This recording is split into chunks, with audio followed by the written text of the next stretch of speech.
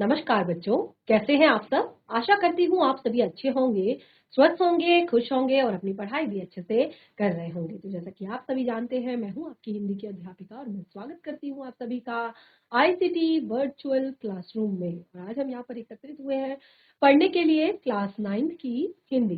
Class 9 की हिंदी में हम यहाँ पर पढ़ेंगे आज अविकारी शब्दों को। देखिए, जो हम यहाँ पर टॉपिक पढ़ रहे थे, ये टॉपिक था हमारा शब्द भेद।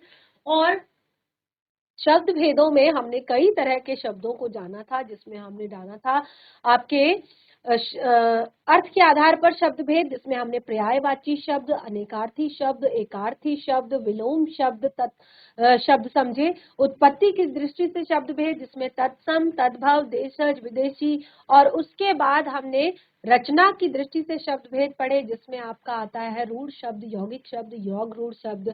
और उसके बाद जो हमने दूसरा यहाँ पर आपका एक तरह से भेद पढ़ा था, दूसरा आपका भेद जाना था, वो था व्याकरणिक विवेचन के आधार पर।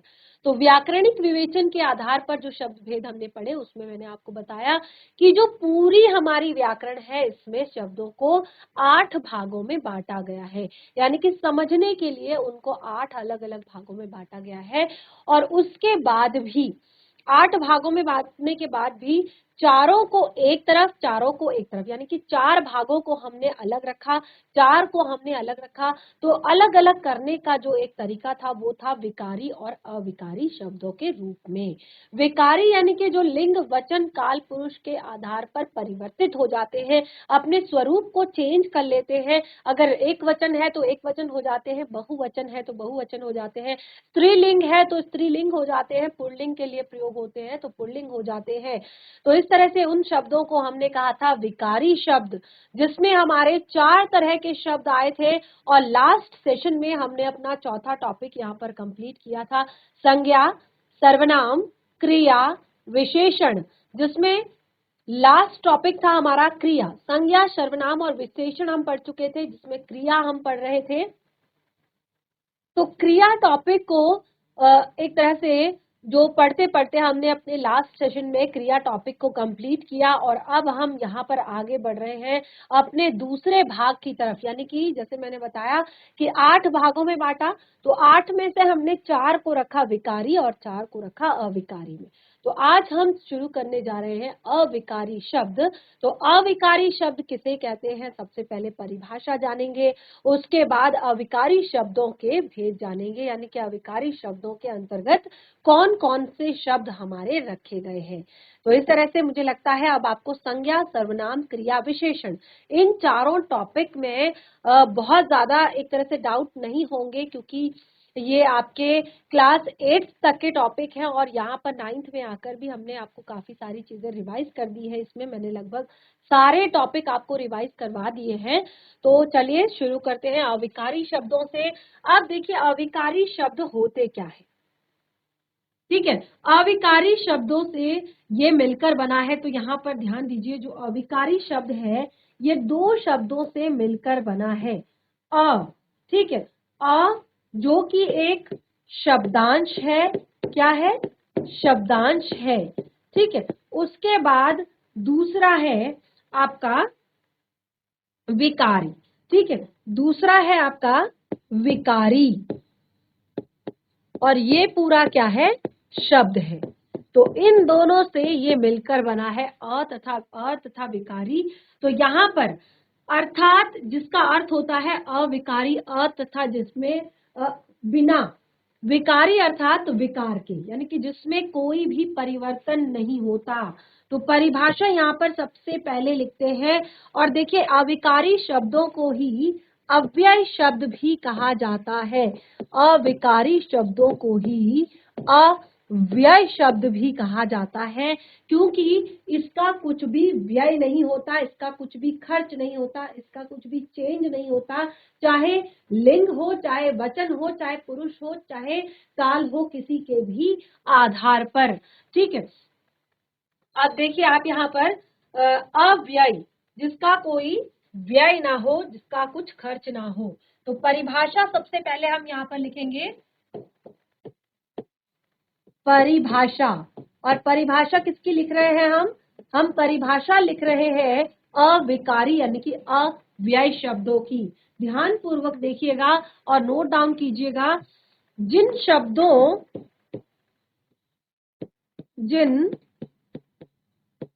शब्दों में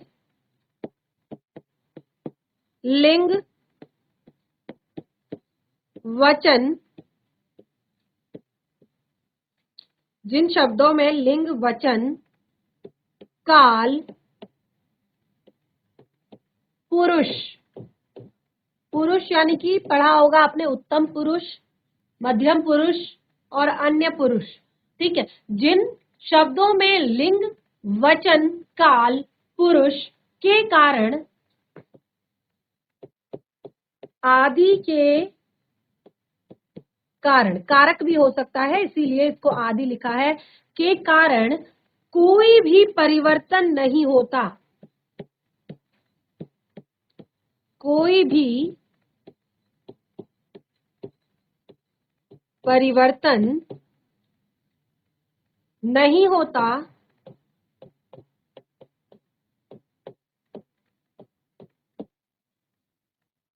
उन्हें अविकारी शब्द कहा जाता है। उन्हें अविकारी शब्द कहते हैं या कहा जाता है। तो आपको समझ आया अविकारी शब्द किसे कहते हैं? कि जिनमें लिंग वचन काल पुरुष आदि के कारण कोई भी परिवर्तन नहीं आता है, कोई भी चेंज नहीं आता है। अब समझ आया विकारी और अविकारी में अंतर। विकारी यानी कि जो अपने आप को चेंज कर लेते हैं, परिवर्तन जिनमें आ जाता है, और अविकारी यानी कि जिनमें कोई भी चेंज नहीं आता है, कोई भी परिवर्तन नहीं आता है, और इनको अव्यय शब्द भी कहा जाता है। ठीक है, अविकारी को ही अव्यय शब्द भी कहा जाता है। तो चलिए ये हमने यहाँ पर लिख दिया है, और आप चाहें तो यहाँ पर भी एक लाइन में आप लिख सकते हैं। और अब हम आते हैं अविकारी शब्दों के भेद पर। अगर आप नोट डाउन कर रहे हैं तो फटाफट नोट डाउन कीजिए। सबसे पहले परिभाषा नोट डाउन कीजिए, और उसके बाद देखिए मैं इसके एग्जाम्पल भी यहाँ पर आपके लिए लिख देती हूँ। जो अव्यय शब्द होते हैं यानी कि जिनका वाक्य में प्रयोग करने पर, यानी कि किसी भी वाक्य में अगर हम उनको प्रयोग करें तो उनका रूप परिवर्तित नहीं होता है, उनमें चेंज नहीं आता है।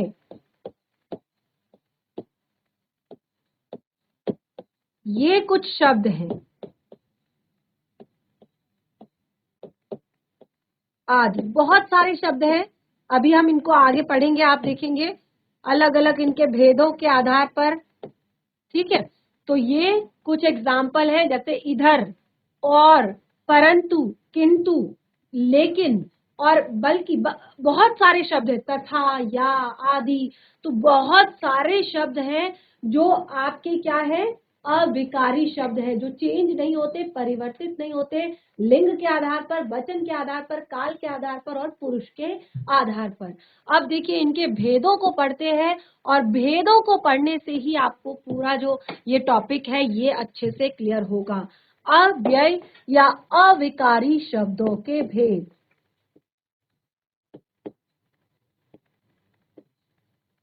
अव्यय अविकारी शब्दों के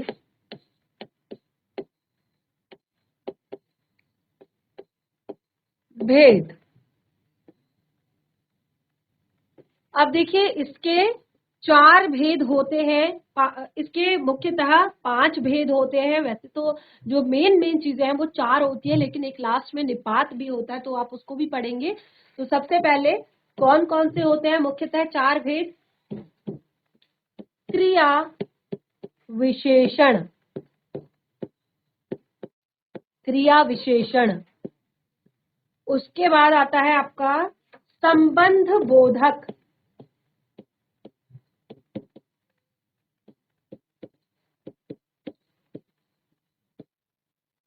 उसके बाद आता है आपका समुच्चय बोधक,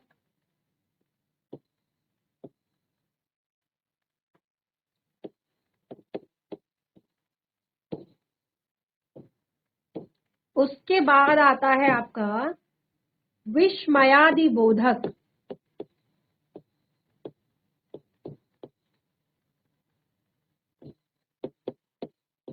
और उसके बाद आता है आपका निपात।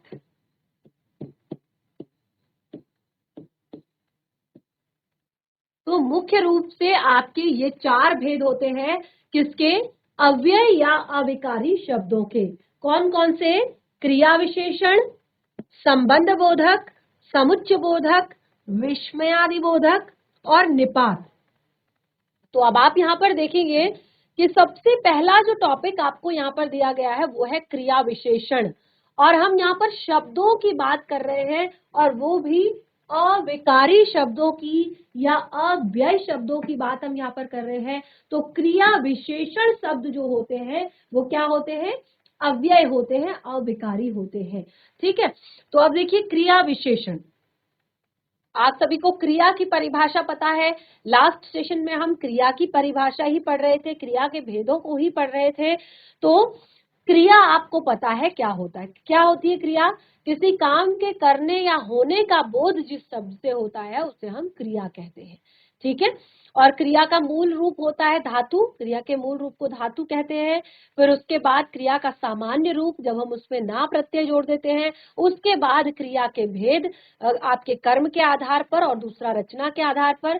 कर्म के आधार पर क्रिया के 2 भेद होते हैं, सकर्मक अकर्मक, और रचना के आधार पर भी क्रिया के 5 भेद होते हैं, 6 भेद। तो वो सारी चीजें हमने यहाँ पर आपके क्लियर की। तो अब क्रिया से जुड़ा हुआ कोई डाउट नहीं है, लेकिन यहाँ पर हमने एक और चीज पढ़ी है, उसके आगे विशेषण।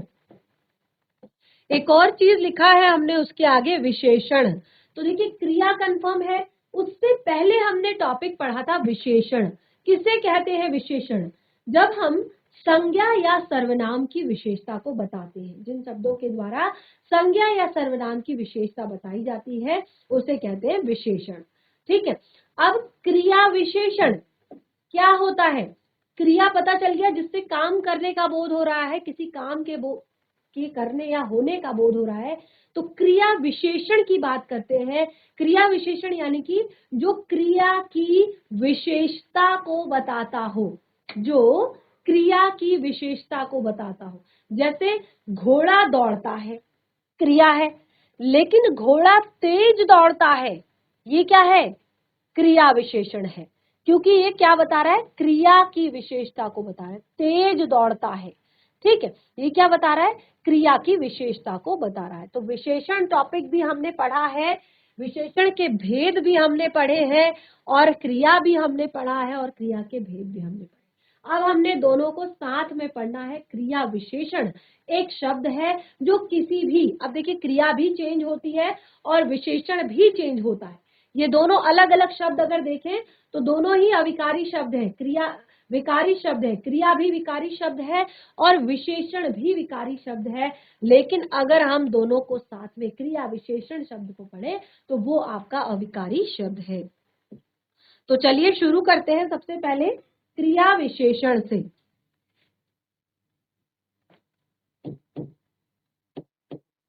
क्रिया विशेषण, अब क्रिया विशेषण हमने यहाँ पर अपना पहला टॉपिक लिया है, और क्रिया विशेषण को हमने समझना है।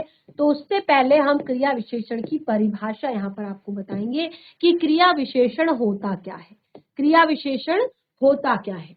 तो चलिए लिखते हैं। जिन शब्दों से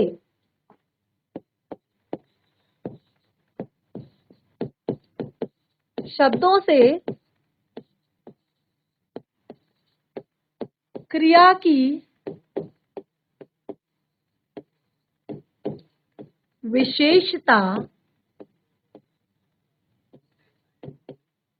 बताई, जिन शब्दों से क्रिया की विशेषता बताई जाती है या क्रिया की विशेषता का पता चलता है, क्रिया की विशेषता का पता चलता है,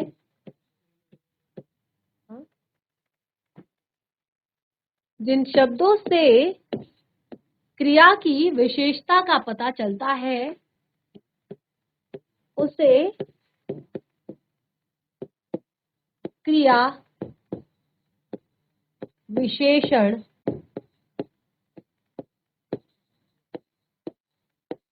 कहते हैं। उन्हें क्या कहते हैं? क्रिया विशेषण कहते हैं। ठीक है, जिससे क्रिया, जिन शब्दों से हमें क्रिया की विशेषता का पता चलता है। ठीक है, अब यहाँ पर परिभाषा तो हमने लिख ली। अब देखिए क्रिया विशेषण के भेद, अब मैंने इसका एग्जाम्पल आप लोग को बता दिया था। ठीक है, तो अब हम लिखेंगे क्रिया विशेषण के भेद। क्रिया विशेषण के भी बहुत सारे भेद होते हैं, और कौन कौन से भेद होते हैं वो आप यहाँ पर सबसे पहले देखेंगे। क्रिया विशेषण के भेद, क्रिया विशेषण के भेद।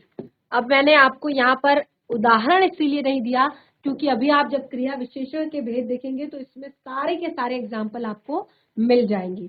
तो क्रिया विशेषण के मुख्य रूप से 4 भेद होते हैं। कौन कौन से? रीतिवाचक क्रिया विशेषण,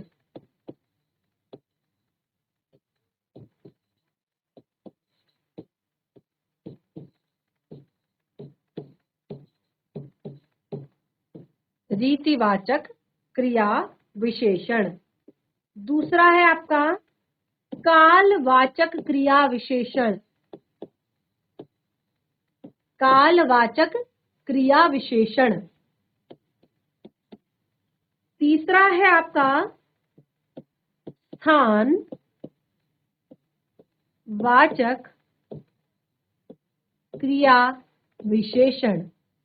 और नंबर 4 है आपका परिमाणवाचक क्रिया विशेषण।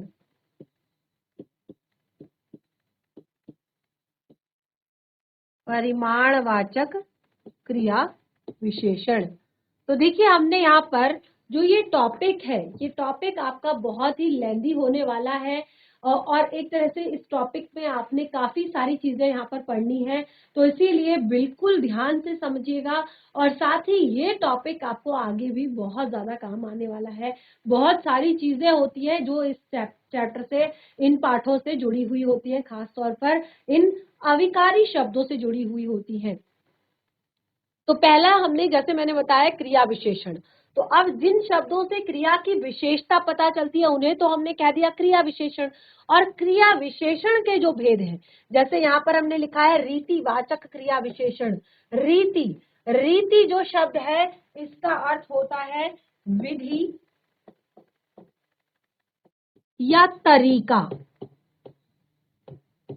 ठीक है, विधि या तरीका।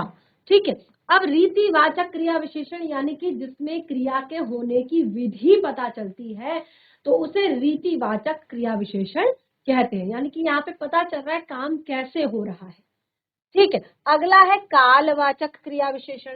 तो काल का अर्थ होता है समय। ठीक है, काल का अर्थ होता है समय। तो जहां पर क्रिया के होने के समय का बोध हो उसे कहते हैं कालवाचक विशेषण। उसके बाद है स्थानवाचक। तो स्थान यानी कि जहां पे क्रिया के होने के स्थान का बोध हो उसे कहते हैं स्थानवाचक विशेषण। परिमाण, परिमाण का अर्थ होता है मात्रा। परिमाण का अर्थ होता है मात्रा। तो जहां पर क्रिया कितनी मात्रा में हुई है, ठीक है, इसका पता चलता है, वो आपका परिमाणवाचक विशेषण है। तो ये 4 तरह के यहाँ पर क्रिया विशेषण के भेद हैं, और इन चारों के शब्द अलग अलग हैं। इन चारों में प्रयुक्त होने वाले शब्द अलग अलग हैं। तो एक एक करके, जैसे सबसे पहले हमने क्रिया विशेषण भेद पढ़ा किसका? अविकारी शब्दों का। अब इसी अविकारी शब्दों के अंतर्गत क्रिया विशेषण के भेदों को भी हम पढ़ते हैं। तो चलिए सबसे पहला लेंगे हम रीतिवाचक क्रिया विशेषण। नोट करेंगे, रीति वाचक क्रिया विशेषण।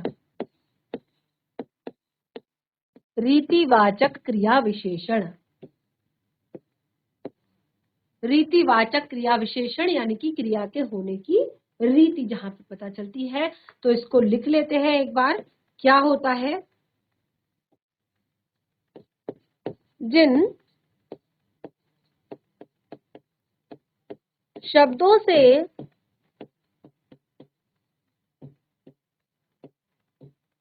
क्रिया के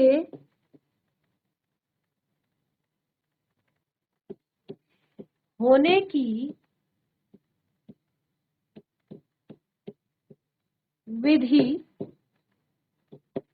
जिन शब्दों से क्रिया के होने की विधि या रीति का बोध हो,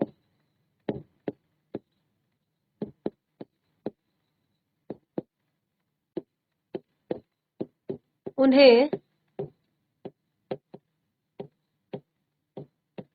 रीतिवाचक क्रिया विशेषण कहते हैं।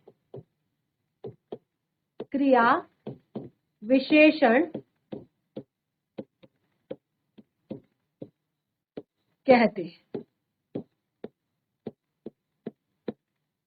क्रिया के होने की विधि या रीति का बोध हो उसे रीतिवाचक विशेषण कहते हैं। ठीक है, तो अब एग्जाम्पल देख लीजिए इसके। उदाहरण के लिए जैसे मैंने क्या कहा, घोड़ा दौड़ता है। ठीक है, अब घोड़ा दौड़ता है ये तो आपका क्रिया है, लेकिन तेज दौड़ता है अगर मैं कहूं तो तेज क्या है? आपका रीतिवाचक क्रिया विशेषण है। इसी तरह से देखिए, कछुआ धीरे धीरे चलता है। कछुआ धीरे धीरे चलता है। अगला है आपका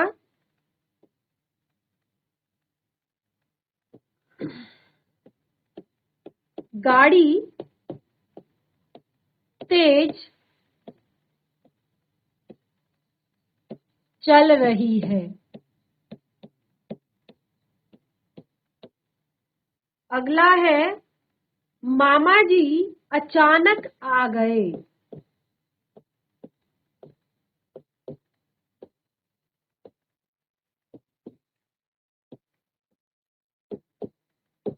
आ गए।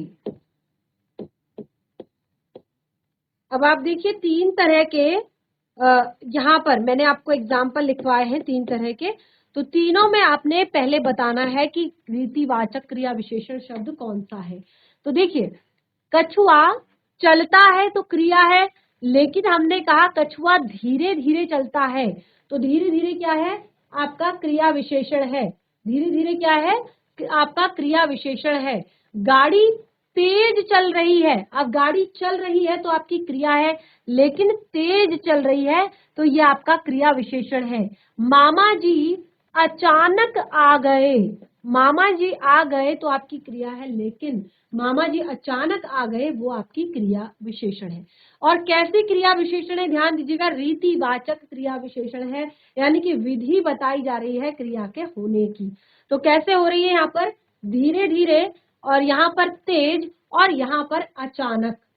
धीरे धीरे, तेज, अचानक, तीनों में क्रिया के होने की विधि को अलग अलग तरीके से बताया है। कहीं पर धीरे धीरे, कहीं पर तेज, कहीं पर अचानक। ठीक है, तो तीनों ही वाक्य क्या है? रीतिवाचक क्रिया विशेषण के एग्जाम्पल हैं, उदाहरण है। तो ये आपने नोट डाउन कर लिया होगा। और ध्यान दीजिएगा, हम पढ़ रहे हैं अव्यय शब्द, अविकारी शब्द, तो ये तीनों ही आपके अव्यय शब्द हैं। आप चाहे कछुआ लिख लें, चाहे बालक लिख लें, चाहे सीता लिख लें, सीता धीरे धीरे बोलती है। अब इस पे कोई असर नहीं पड़ा। सीता क्या है? एक वचन है और स्त्रीलिंग है, लेकिन शब्द पर कोई असर नहीं पड़ा। जैसे मैंने कहा यहाँ पर गाड़ी तेज चल रही है। ठीक है, गाड़ी शब्द जो है स्त्रीलिंग शब्द है, लेकिन उसी पर मैं अगर कहूँ घोड़ा तेज दौड़ता है, तब भी तेज शब्द पर कोई असर नहीं पड़ेगा। इसी तरह से मामा जी अचानक आ गए, वर्षा अचानक आ गई। ठीक है, तो यहाँ पर वाक्य कोई सा भी हो, शब्द पर कोई भी फर्क नहीं पड़ेगा, इसीलिए इसको कहा है अविकारी शब्द, जिनमें कोई विकार नहीं आता, जिनमें कोई परिवर्तन नहीं आता, जिनमें कोई चेंज नहीं आता। ठीक है, इस तरह से हमारा यहाँ पर अविकारी शब्द जो है वो हमारे क्लियर हो गए। और इसके कुछ एग्जाम्पल आप यहाँ पर लिख सकते हैं, उदाहरण लिख सकते हैं इसके आप अविकारी शब्दों के। जैसे बहुत सारे शब्द होते हैं, जैसे एकाएक, एकाएक, सहसा। ठीक है, अगर ऐसे शब्द कहीं पर आपको दिखे तो वो सब क्या है, क्रिया विशेषण शब्द है, वो भी रीतिवाचक। किस तरह के, रीतिवाचक, ध्यान पूर्वक। ठीक है, और अवश्य, और आपका अकस्मात या अचानक या कदापि।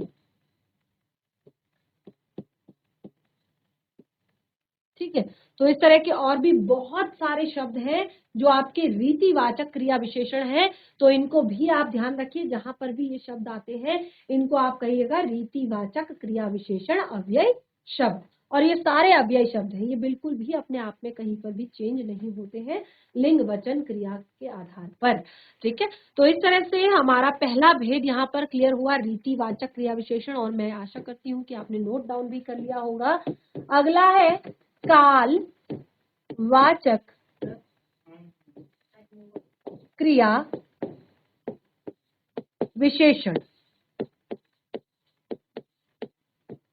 कालवाचक क्रिया विशेषण, तो इस हमारे टॉपिक को हम करेंगे कंटिन्यू अपने नेक्स्ट सेशन में। तो आज आपने जितना भी पढ़ा है यहाँ पर क्रिया विशेषण, अपने टॉपिक में क्रिया विशेषण की परिभाषा, क्रिया विशेषण के भेद, और उसमें हमने जो पहला भेद पढ़ा है क्रिया विशेषण का, रीतिवाचक क्रिया विशेषण, उसको आप एक बार पढ़कर घर से आइए। कोई भी डाउट हो तो उसे नेक्स्ट सेशन में जरूर क्लियर करें। तब तक के लिए धन्यवाद। आपका दिन शुभ हो।